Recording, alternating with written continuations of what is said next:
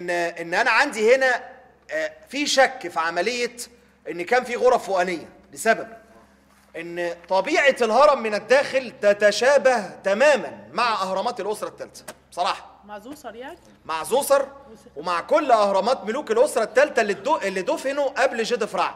المفاجاه الحفاير في ابو رواش انه تم اكتشاف بقايا هرم من الاسره الثالثه. يعني معنى الكلام ده ان جدفرع اول ما جه هنا اهو ما كانش المكان مجهول.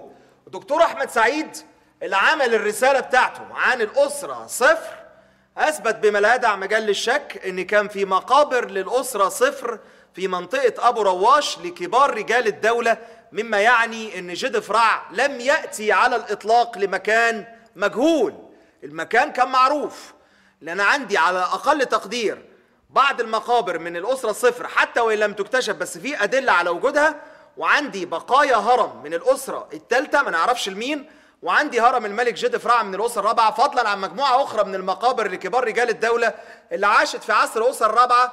ومش بس كده، العباده الجنازيه اللي استمرت بعد كده حتى نهايه الدوله القديمه.